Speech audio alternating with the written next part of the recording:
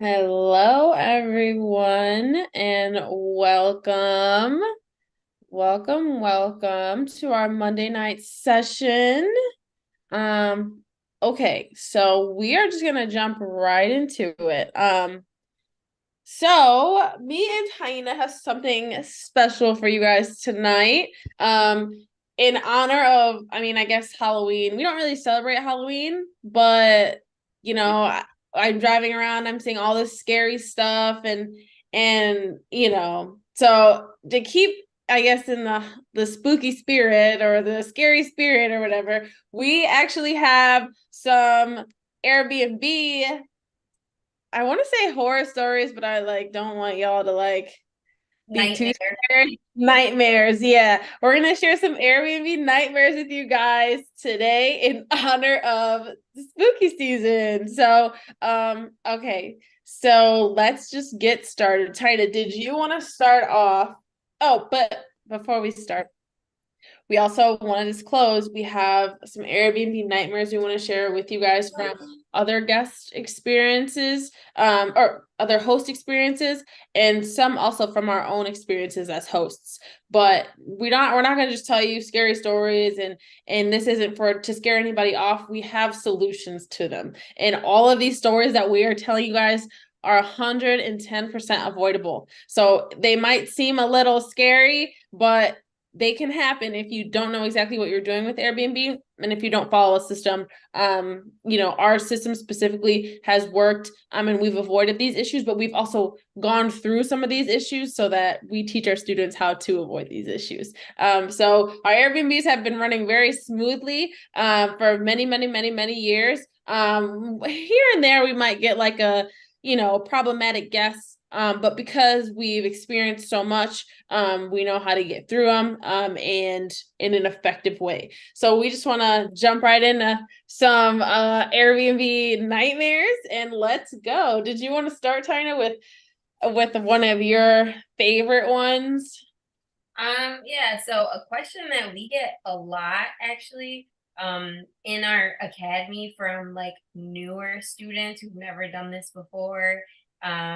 It's something in the back of everybody's mind, I think, because there was a news story about it in the last couple of years. There's been a few, but um I specifically remember one where I don't know if this person was in California or Texas or something, but a woman, she listed her home on Airbnb. She was living in it.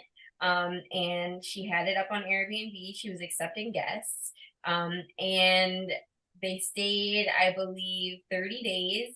And when it was time to leave, they basically would not get out. So one thing so basically they were squatting. So the question that we get a lot is how do you avoid squatters? And have we ever had this issue before? I personally have never had an issue with somebody squatting in any of my properties.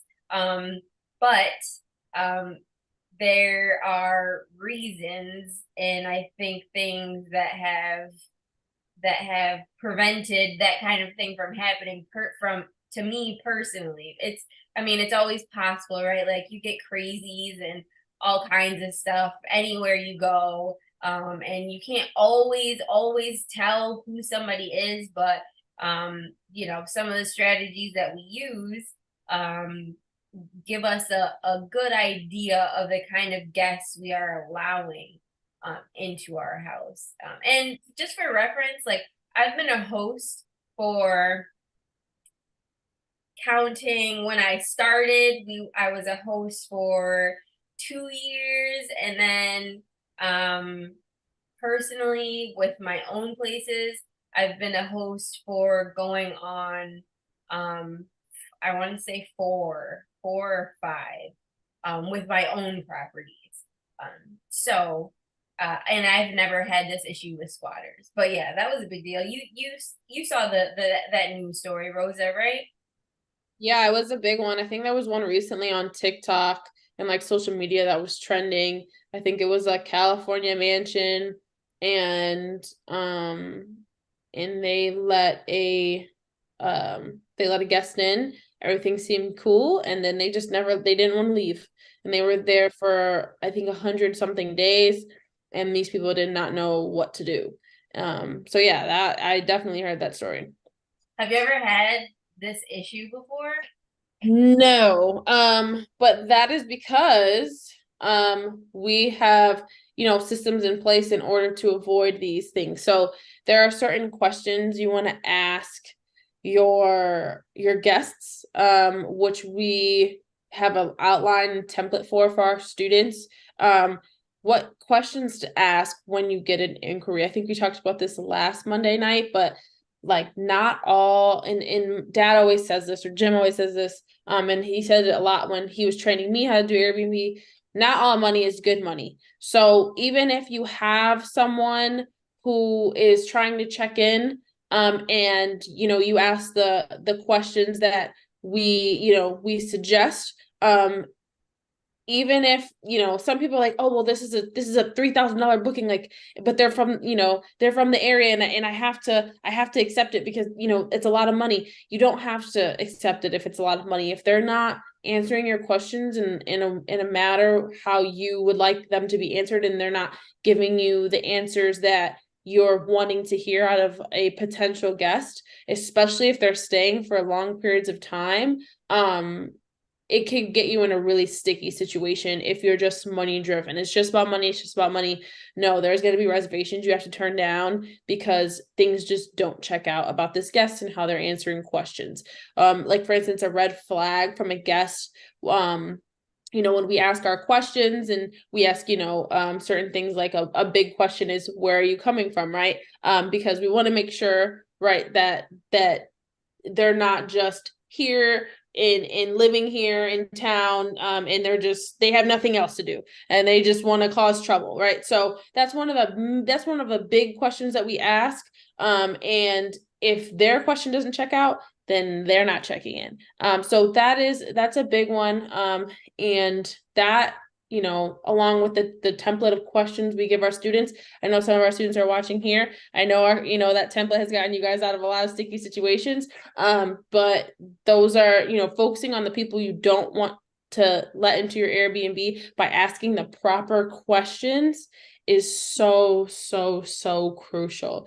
You don't want to just let anybody into your property, because then they will squat or they will throw a party just because you were hung up on a $2,000 reservation. Now you're paying $20,000 in fees in order to get this person, quote unquote, evicted. Yeah, for sure. And just real quick before we get into anything else, I see a couple people who are here watching. Why doesn't everybody throw in a skull emoji into the chat, just so we know who's here and we can say hi. Yeah. So with that being said, there are also some things that Airbnb does, I think, that kind of scares people into accepting reservations, right? Like how many times have unknowingly, like when you log into the app and you download it and you say okay to the SMS messages and all this Yeah. stuff, they'll send you messages to accept this reservation. You have, 5 minutes to accept this reservation. You have Yeah. limited time to accept this reservation. Yeah. Your dates will be blocked off. And they'll get you, they'll send, 3 or 4 text messages and then emails, and they'll get notifications in Airbnb. What's the difference between, you know, an inquiry and a request to book? And then does it affect you to decline either one of those? Does it affect you to not answer? Let's get into that. Yeah. So that's really a good one. So inquiries and pre-approval, or not pre-approvals, inquiries and requests, booking requests are two different things. Inquiries just a general question. A guest wants to know about your property, and that, they want to know, it's probably just a question or two that they have, and they want to know if your dates are available, yada, yada, yada. Just answer their questions. You may or Airbnb doesn't necessarily dock you for not answering inquiries, but it's just a question, so it can't hurt. And you want to always answer inquiries, if you can, even if it's just like, something small, if even if they just say hello, right? If they just say hello, like say hello back, because when Yeah. you answer fast, Airbnb gives you points for that. Yeah. So, Respond in general. You always want to respond. yeah. You don't have to always accept or decline anything immediately, but as quickly as you see the notification come in, you want to send that response. Yeah. And then booking requests are the ones that really you feel the pressure about. Sometimes guests have the ability to instant book, and sometimes guests don't have the ability to instant book. That's up to you and however you set up your profile. We encourage instant book after, a few steps after you get, your feet under you. And we also help our students through that instant book process, because it can be really overwhelming if you're scared and you don't really know how instant book works. But if someone requests to book, so they send a request to you to book your place for a certain amount of dates, that's when Airbnb starts to really pressure you. They're going to send you an email and say you can earn 800 something dollars for hosting this person for a week, and you have 18 hours to approve or decline. You don't want to miss this reservation. It's a really good one.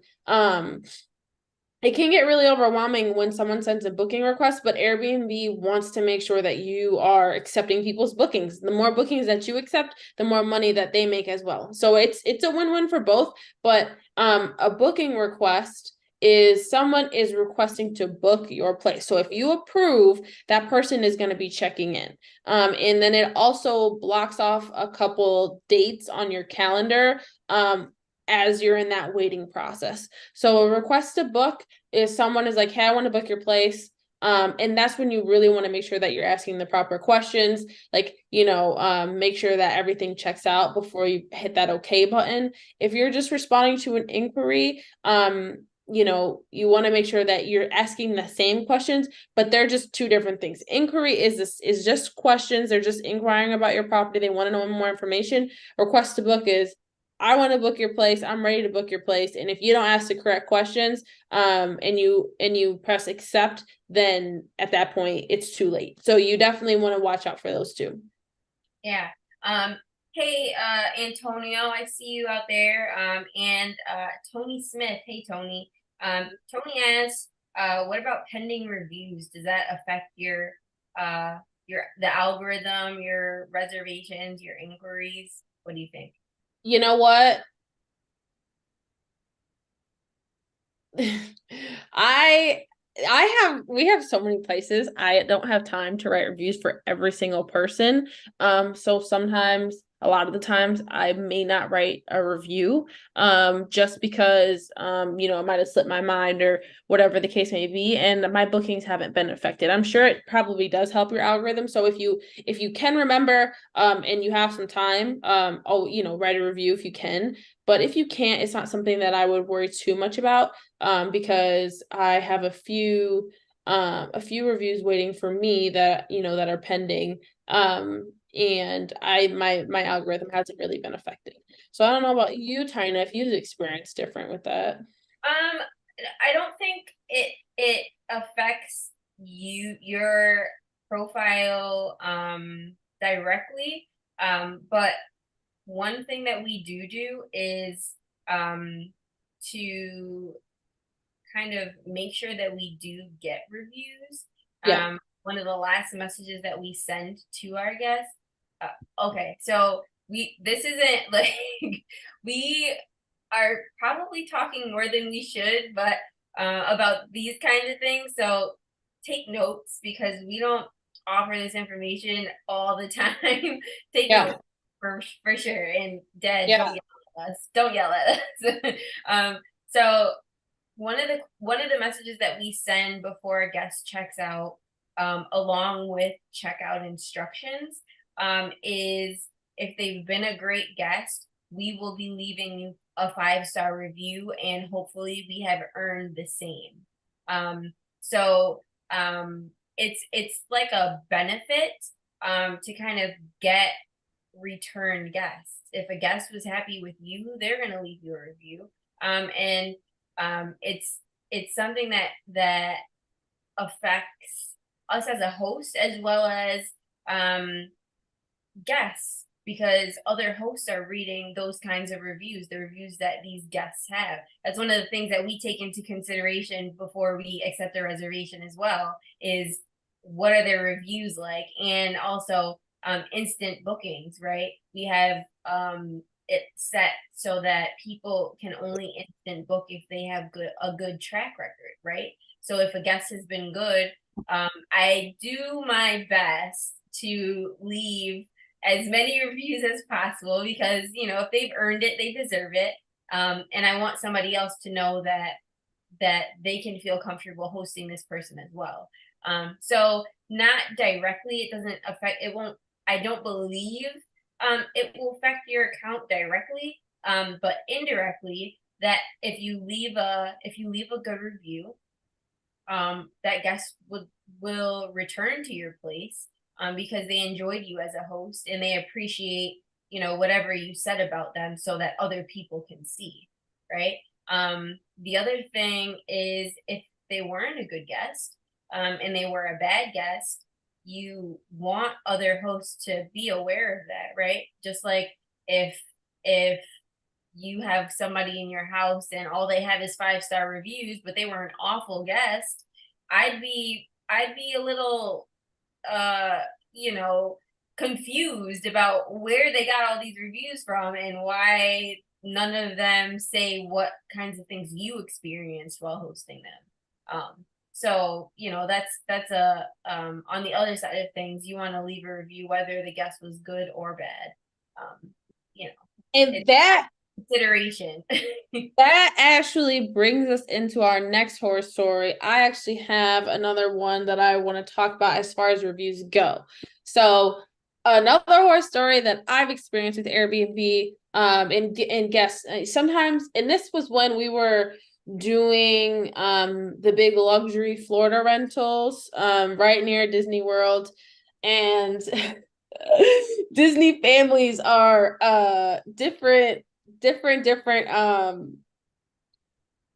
group of travelers. So, very high expectations, like people are spending their life savings, on Disney, maybe not our Airbnbs, because our Airbnbs weren't that price that bad.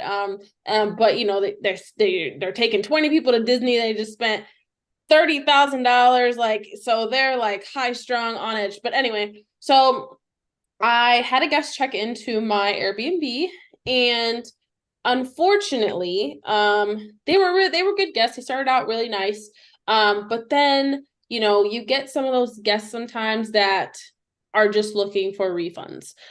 So they'll go in, and this guest literally, guys, I'm not kidding, literally sent me a picture of one strand of hair at the bottom of a bed on a comforter, like one little tiny piece, and was like, "This Airbnb is dirty. I want a full refund." And was just really rude. And so, I obviously didn't give her a refund. And because I was like, that's not really considered like unsanitary or dirty. It's one strand of hair.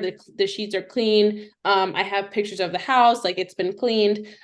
So she, that was strike one with her from me, because I didn't grant her a refund because of just her ridiculous requests. And then when she ended up checking out, my cleaners went through the property and found that she had a she actually left behind her dog. This is how I found out that she had a dog. She forgot the dog in the bathroom in my Airbnb, and my cleaner went in the Airbnb and was like, "Oh my gosh, like there's a dog here." And I was like, "What do you Big mean?" was the dog? How big was the dog? It was So small. It was like a little like teacup, like chihuahua, but it was like in the bathroom just sitting there. She sent me a picture. She's like, these people left behind their dog. Like, what do I do? And I was like, well, first of all, like they weren't supposed to have a dog in the first place there. So they messed up because they could have hid the dog from me, but they forgot the dog in the Airbnb. You know what I mean? Like it wasn't like a shirt or anything. It was a dog. So anyway, I oh, called I called the lady because she left her dog like and I was like, what am I supposed to do with the dog? So I called the lady. I was like, you forgot your dog behind. And she was like, oh my gosh, I knew I was forgetting something. I'm such a bad dog, mom. And my I was like, it's okay, just come get him. So she grabbed the dog and I was like, and just by the way, you did break our house rules. Our house rule says no pets. Pets are not allowed in a lot of our Airbnbs. We may make special we have to make special exceptions for service animals, but other than that we typically don't allow animals in our Airbnbs or pets. So I was like, because in my house rules it clearly stated any unauthorized pets will be an extra $500 fee. But I did tell her, I'm not going to charge you the $500 fee for the pet, but however, you did break my house rules because there was a pet, and I actually have a picture of the pet in my bathroom because you left it behind. So I'm gonna have to charge you at least $100, because of pet. So she was mad. She was really, really mad at that point because I didn't give her a refund for the hair on the bed when she checked in, and now she brought a dog, and I was charging her extra, and I was just being really unreasonable and really just horrible. So love ended up it. not paying me for the dog fee. I ended up receiving it from Airbnb. However, she wrote me a bad review just because she was upset about the dog, or the fees or whatever the case was. So I never got a complaint from this woman other than one strand of hair. I never got a complaint. I was really accommodating, even though she broke my house rules. And so she left me a review in retaliation. And it was along the lines of, this was the nastiest Airbnb I've ever stayed in. These people were super, super rude. I wouldn't recommend you staying here at all. The light bulbs, none of the light bulbs worked, and there was giant stains on the carpet, and it smelled disgusting. And I'm like, I read this review and I'm like, what in the world? Like, I never even received any of these complaints at all. And it was clear that it was retaliation. So with Airbnb, because we are very seasoned in Airbnb, how we've told you guys before, we are very well aware of the rules with Airbnb. And if a guest breaks your house rules and you address it, their review is grounds for removal. So that is something that I knew, and that we knew as a team, that because this guest broke the house rules and that review was just pure retaliation, I could get that review removed. And that's just one of the many, many rules inside of Airbnb that a lot of people may not know about. They might just leave their, what'd you say? Said the fine print. Yeah, the fine print. No, and there's a lot of fine print stuff, and a lot of people don't know about it. And if you don't know about that, you might, that review could cost you a lot of money, a lot of. What kind of review did she like? How many stars did she leave you? Oh, one. If she could leave zero, it would have been zero. Like, she left me one Right. star, horrible reviews. And it was really unfortunate because when you're really nice to people and then they just try and take advantage, you might run into one of those guests like once in a blue moon here and there. But she was just one of those guests that was just digging for a refund, and she tried to take my business down with her because she, had to pay an extra fee. So, with that being said, we know the fine print of Airbnb very well, and because this guest retaliated and also broke my house rules, very blatant, I could present this evidence to Airbnb and get that review removed. So that was a nightmare for me, because the review was just so bad. When I tell you, it was like an essay long of stuff that I had never even heard. That, up publicly on Airbnb.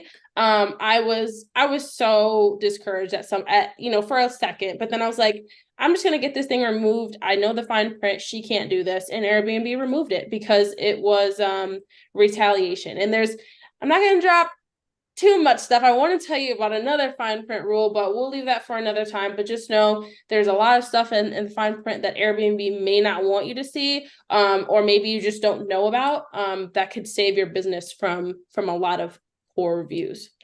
yeah. So leading into something else that we do, the way that we do things for this reason, to avoid these kinds of situations, is we do not normally host entire houses. We do not normally allow people to make reservations for an entire house. We did have For places, many reasons. yes, but like just like the situation that Rosa just explained, like to avoid just people doing whatever they want to do and us not knowing until it's too late, we do not allow whole house reservation. We don't allow it, but we don't do it. Like our listings are private rooms. And that Florida house was a very special situation, that a business uh venture that we came into that did very well for us, but a very special situation. And most of our places are private rooms, if not pretty much all of them. So outside Yeah. of places, and some of the, like, one of the reasons specifically is for more control, right? We want to be able to, go in and out of our places, and be able to check on our places when necessary, and do things. When there are common areas, we can come and go in those common areas as long as we stay out of private bedrooms, as needed. The other thing about it is, because we have private rooms, there are multiple people that check in at a time, right? So if somebody's doing something that they're not supposed to do, we're going to hear about it before it gets out of hand. Somebody else is going to let us know, like, hey, the house rules say that they're not, people aren't supposed to do this, and this is what's supposed to happen. But I can tell you that the guest in room 2 is definitely not following those house rules. And we take action and deal with that situation ASAP, so that we don't even come across, we don't even sometimes we don't even get to finish reservations if the rules have been broken that bad. Yeah. Right. So, just to give you guys a solution to kind of that situation, the workaround is we don't even allow full house reservations at all. Yeah. So there's that. I see someone here. We have a viewer. His name's John Rodriguez. His question is a little bit strange. He said, we had a reservation where the guest passed away, and he's set to check in on November 7th through the 17th. Wait, is this John Rodriguez from Rochester? I think that's one of our students. Maybe. He Okay, said go ahead. proper steps to avoid penalties as a super host. Wait, And so okay. I asked, is the guest who was supposed to check in the one that passed away? He said yes. So I was thinking something completely different. Like there was a guest in the house that passed away, and then they had another guest set to check in. That would have been the situation.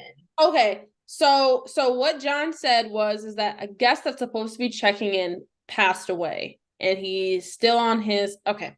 Yes. So this is actually really sad. Rest in peace to this person. But John, I know exactly who you're talking about. So, who John is talking about is a professor that went missing in Rochester, and I think he was pronounced dead a couple of days ago. And he stayed in our Airbnbs like 10 or 15 times. So we have communicated with this professor in the past, and he stays in Rochester a lot because he goes back and forth to the university. So he's supposed to be checking into your Airbnb, and you want to know he wants to know what to do as far as that goes. Yeah, yeah, I think so. Um, yeah. Oof. That's a nightmare. That's definitely a nightmare for sure. I would just It's pretty simple though. It's not a complicated, kind of solution. no, it's not complicated, but it's something it's rare that I've never actually dealt with that. But what I would say, Tyne, I don't know if you'd say anything different, is I would continue I would because I know that you heard about it on the news because it was a big story and you know this name and this person. However, but if it's a still active reservation, I would um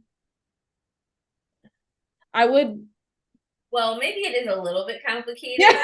Yeah, it But is complicated. so guests make reservations, right? But the only thing that I can think of that would make it complicated is um, you only receive what you're supposed to be paid out the day after they arrive.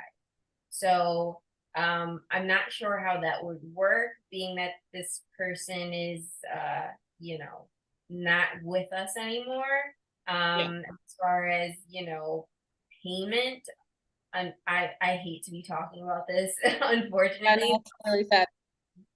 as far as payment goes, because we do get guests where they extend their reservation, or they're staying for long term. Airbnb only takes the first month of reservations up front, and then after that they take them monthly. But he was it was only like a 10-day reservation.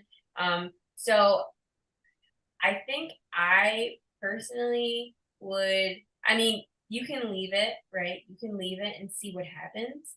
Yeah. Um, See if everything, checks out, and just it is what it is, unfortunately. Um, if the reservation gets canceled by whoever is handling his situation, then that's cool too. When it works itself out. If you do get to the date and something happens where they can't collect the payment, or Yeah. something else unfortunate happens, then, because at the end of the day, like, the dates are blocked off, nobody else is going to be able to book them.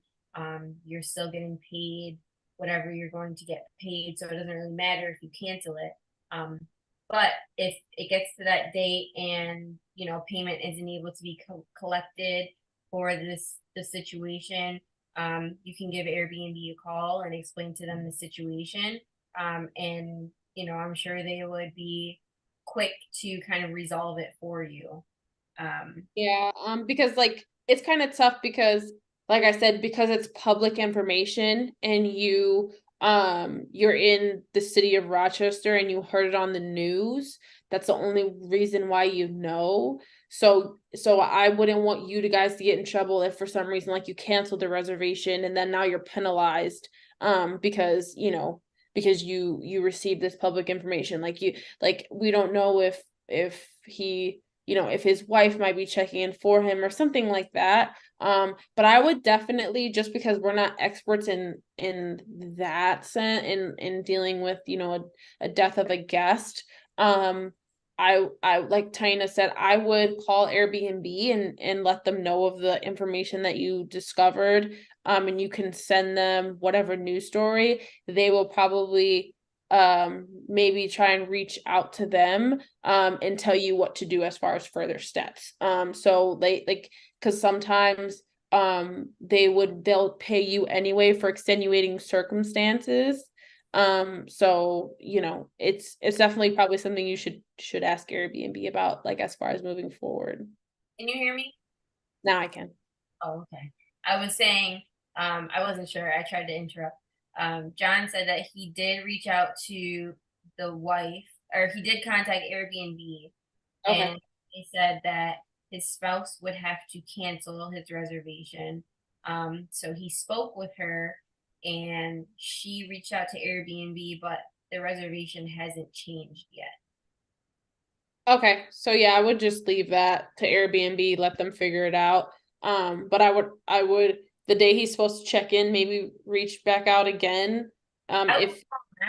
I would call now because if they said that they would handle it, you already, took the steps and they said they would handle it and it's not handled, I would call them now so that those dates are able to open up as soon as possible so that somebody you can get another reservation in there instead of waiting until the day of if they're just going to cancel it anyway, you know? Yeah.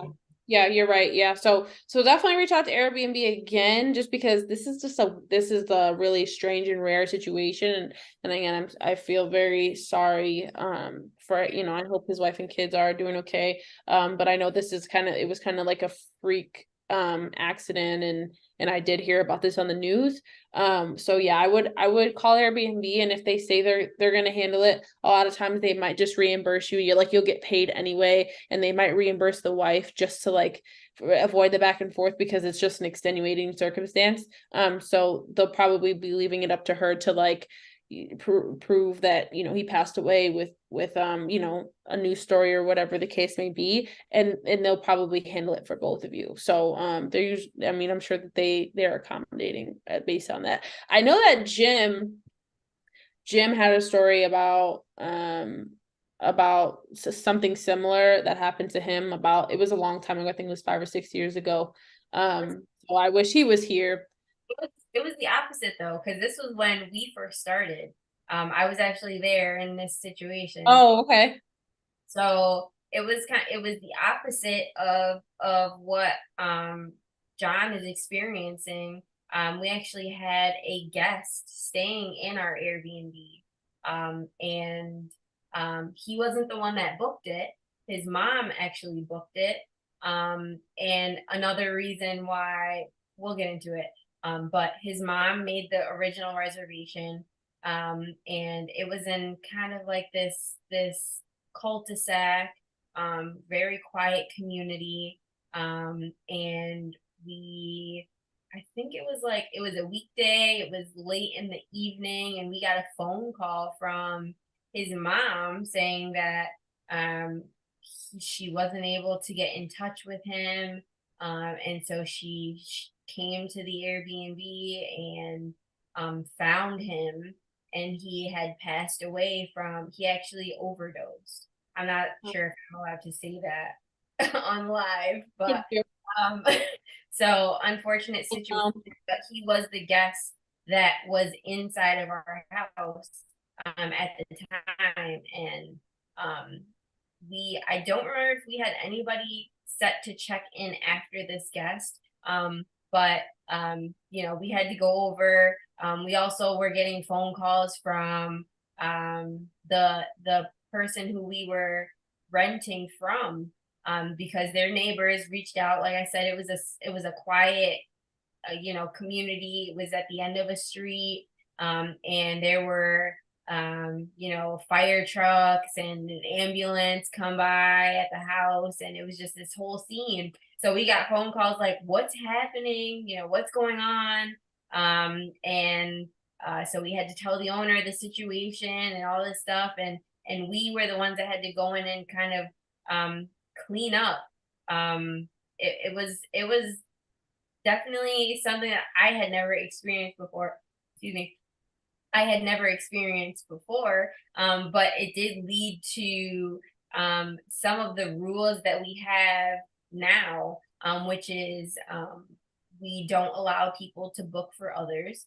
The person who's making the reservation is the one that is staying in the place. And we ask for contact information direct contact information. That's because we want to be able to directly contact or get in contact and communication with the person who is on our property for safety and security reasons. Yeah. Yeah, that was a crazy situation. One of my first experiences with Airbnb. It was intense. It was intense. And I can tell you, like, it was we had to replace like carpet. We had to shut the place down. So and that was, I mean, that was 7 years ago. Yeah. That was an experience. And I can tell you I've never ever had that kind of experience ever again. After we implemented the changes and things like that. So So when um we tell you guys, we have been through this. We've seen it basically all, and it's the reason why we do the things the way we do them. Because first of all, it's gonna save you money in the long run. Because you might feel like you make more money off of an entire place, but something goes wrong, like somebody throws a party, or someone unfortunately passes away, or something like something crazy happens, a squatter situation. Now you're paying more money to clean up these situations because you wanted to do kind of a whole house model, which, how Tina was saying before, once you book your entire house, you no longer have access to that house until that person checks out. And if you try and enter that house without their permission, Airbnb will shut you down. So it's just a very, you want to be careful when you're doing that model. We're not saying it's impossible to do. We're not saying don't do it. We're just saying if you're gonna do it, you want to make sure that you're very tedious with it. You're following strict and clear rules and instructions. We also provide those, but the private room model is the best model. And we've been doing it for years. So proven. it's proven. Yep, definitely proven. And um we'll tell. I don't know if John commented back, Tina, or if he said anything else. He said, we have somebody in that room looking to extend past those dates, and we can't allow it because of this situation. Okay. Yeah. I'd make another phone call to Airbnb and see what they can do, but because it's just such a weird situation, where he is no longer with us and he can't be directly contacted, if it might just be something that unfortunately you have to just maybe cut your loss, take that loss. But you can also let that guest know, like, kind of what's going on, and be like, and just say, the room may or may not be available. See, I don't even know if we should do all that. So I Do you have any other rooms in that house that are available, possibly? Because that could be yeah, another option. You could just move them, have them make another reservation, in another room in the house.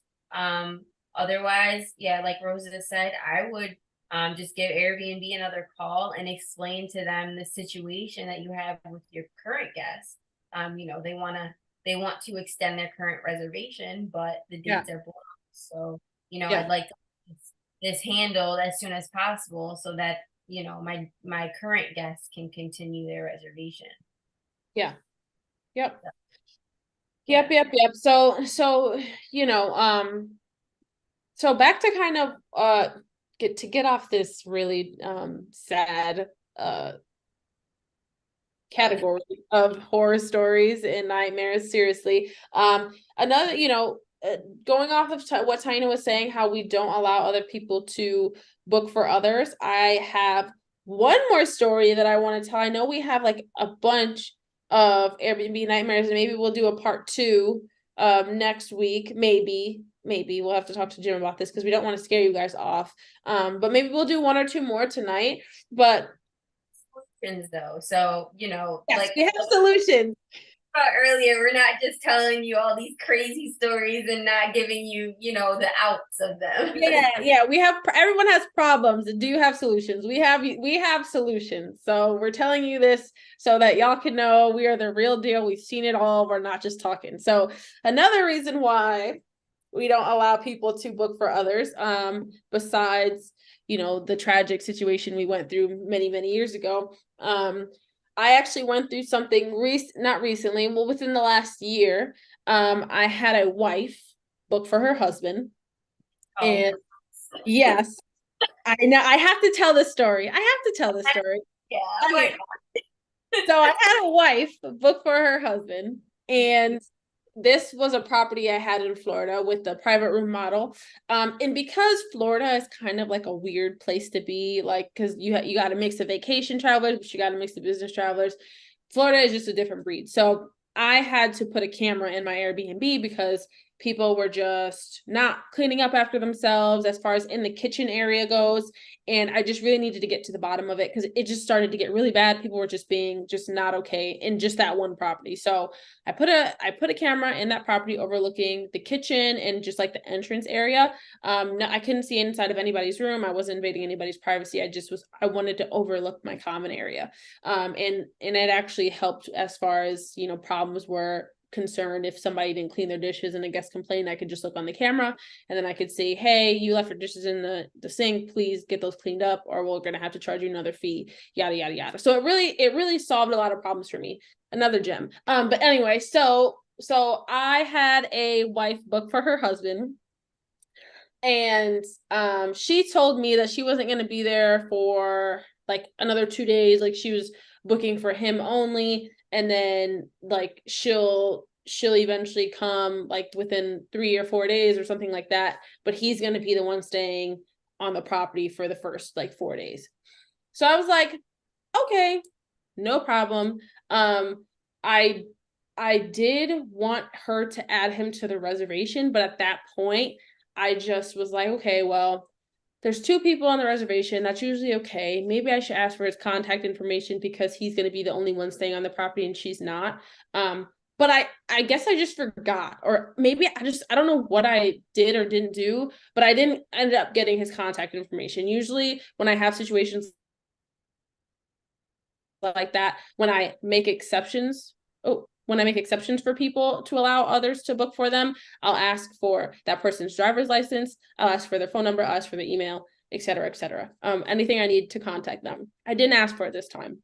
So this wife booked for her husband, like I said, and she was at work somewhere out of the state for like 4 days. And I started getting complaints from other guests in the house that, there was this couple that just moved in, and they were, kind of obnoxious, and they were making a mess.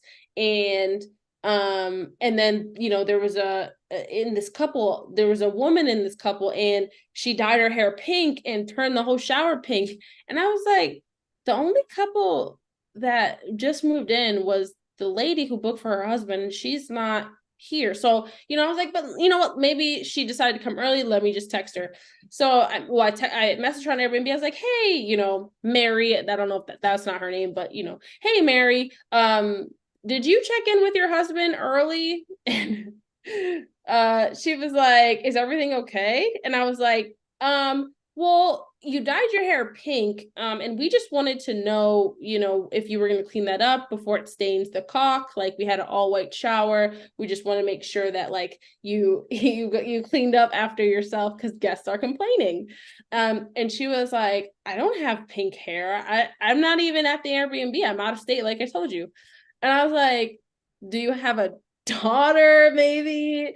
And she was like, no, I don't have a daughter. I booked the Airbnb for my husband. Like, what are you talking about? He doesn't have pink hair. I don't have pink hair. So I was like, okay, I'm gonna look on the cameras because this is ridiculous. It sounds weird. I don't know what's going on. And at this point, it was 2 days after they had checked in. It was 2 days after. So I looked on the footage from like the day they checked in and the next day, and there's this girl with pink hair and this guy who had the description of her husband just walking in and out, sitting, eating dinner together in the kitchen, cooking. Like, so I'm like, oh no. I was like, how am I gonna break it? I was like, well, first of all, she dyed her hair pink in my shower, and now it's gonna be ruined if somebody doesn't clean it up. So I have no way of contacting the husband. I have to contact him somehow. Someone needs to clean this up.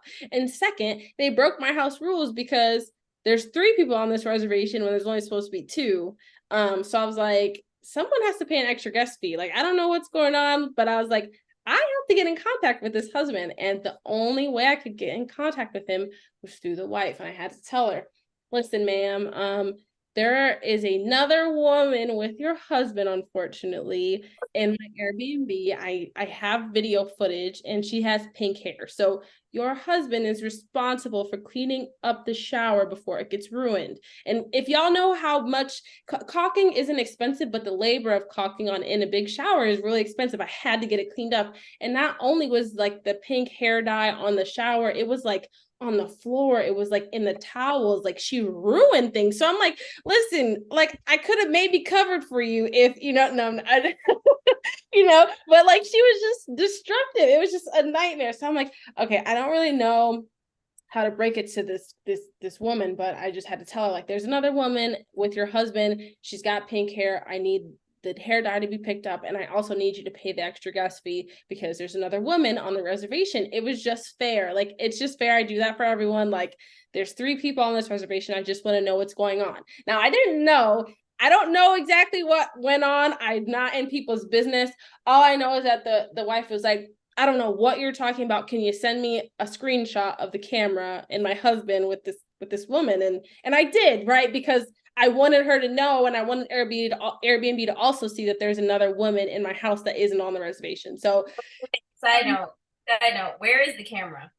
it's above my common area. So it only oversees the kitchen and the entrance area. Okay. Just to get specific, we don't have any hidden cameras. Everybody knows No, where the camera is in the house.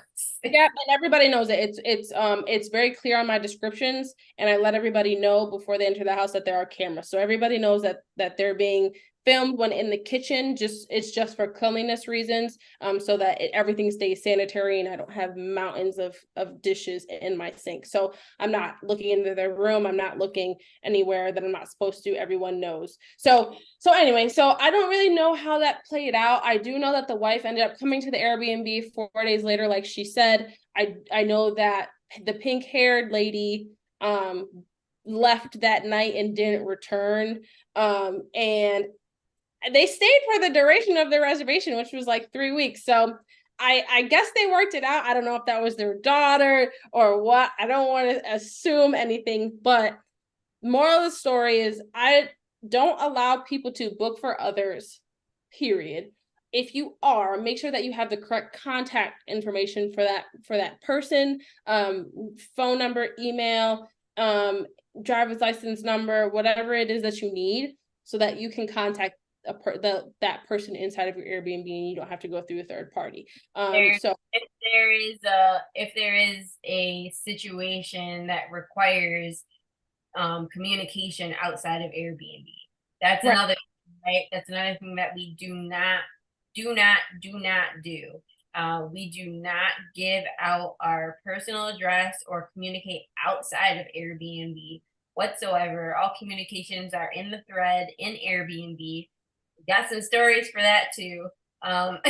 We won't get into it, but that there's a reason why we have that in place. And I would encourage everybody here, if you have an Airbnb and you allow that, I would encourage you to change that up and not allow anybody to use your number at all unless it's an emergency. Yeah. So if someone says, hey, can we talk outside of Airbnb? Can you text me? Do not text them.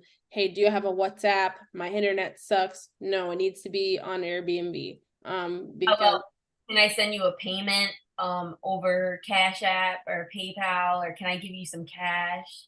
no, ma'am. No, ma'am. No, ma'am. No, ma'am. No, ma'am. No, ma'am. And that's just because of liability reasons. And you just want to make sure that any transaction that you are making and any reservation that you're making is on Airbnb. And that's because Airbnb, I know that a lot of people complain about Airbnb fees. and they try to avoid those, which is valid, right? Airbnb fees can be a little high sometimes, but it's not worth the trouble of not paying those fees, and then you end up in a sticky situation. So Airbnb only covers you and covers you with their $1 million insurance policy. So if anything were to get damaged, or if something crazy like your house were to burn down because and this person was in there, they would pay for it. They would cover everything. You're covered under their insurance. Now, if they're not on a reservation, and you're doing things outside of Airbnb like collecting payment or whatever, they no longer can cover you and they no longer can insure you. So you're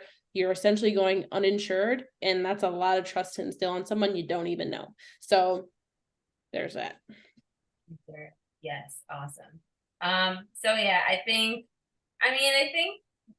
we have enough, enough content that we could do a part two, but I think that's a 2, 3, 4, 5, 6. And y'all don't want to hear. Y'all don't want to hear. I mean, maybe you do.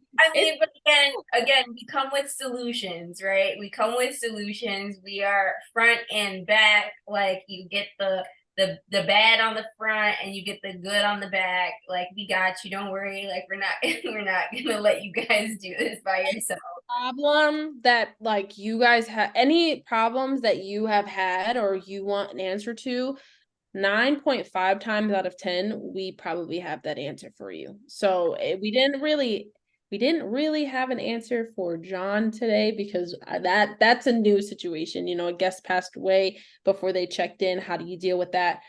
It's pretty straightforward though. As long as you contact Airbnb, they usually have solutions for you, extenuating circumstances.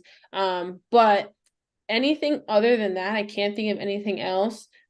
We've probably been through it, we've probably seen it, and we've probably handled it. So if you guys want a part two, comment under this video. Let us know what you guys are thinking. But yeah, we're like the myth busters of Airbnb. We're like the problem solvers. We should start our own podcast. I think this is kind of like our podcast, but yeah, we have solutions for everything.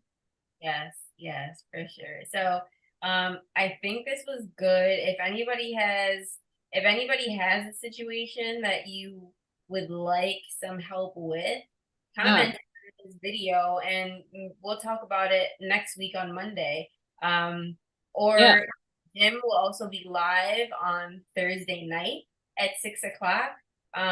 We'll give him a heads up and maybe he'll even talk about it. But this was fun. Maybe we'll just save it until next Monday. This was super fun. We didn't want to scare you guys off, but like I said, in honor of the spooky season and all the craziness going on, we figured some Airbnb nightmares with solutions would be really cool. So Yeah, and we do have last week we talked about our challenge and the things that come with the challenge. We give a lot of these solutions during that challenge. We may not know the issues that you're dealing with currently, but I can tell you all of our steps that we have in place and the methods that we have that Jim talks about will help you to avoid and prevent these nightmares from happening in the first place. I can tell you that. I can tell you if you go out and try to figure it out yourself, you will run into a lot of these issues more likely than not, where you'll have to come up with your own solutions in the moment. And we don't want you to do that, right? Like we're here for a reason. I can tell you we've got a lot of resources. So if you haven't been on a challenge, get on the wait list, like be in on that challenge so that you don't have to reinvent something that we've already got covered. So I'll drop a link in the comment section after this video goes, after we end this live. And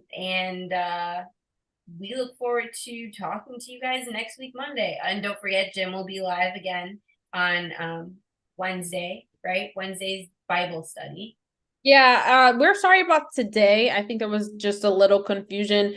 We usually don't go live on Mondays. We did something special this Monday, but the only live session going forward is going to be I'm sorry, the only live session on Monday moving forward is going to be our 5:45s, which we're doing here. So no more Mondays in the morning, just 5:45 here on Mondays, and then Wednesdays in the mornings at 9 a.m. with Jim, and then Thursdays 6 p.m. with Jim, and those are our live sessions. So there's 3 a week. Every week we're in the same spot. So come Yeah. join. So it was great talking to you guys. Thanks for coming. Thanks for watching. Again, share some of your stories in the comment section. If you like this, give us a thumbs up. If you want to talk some more about a part 2, comment part 2. And we'll see you guys on Monday and the rest of the week. God bless you all.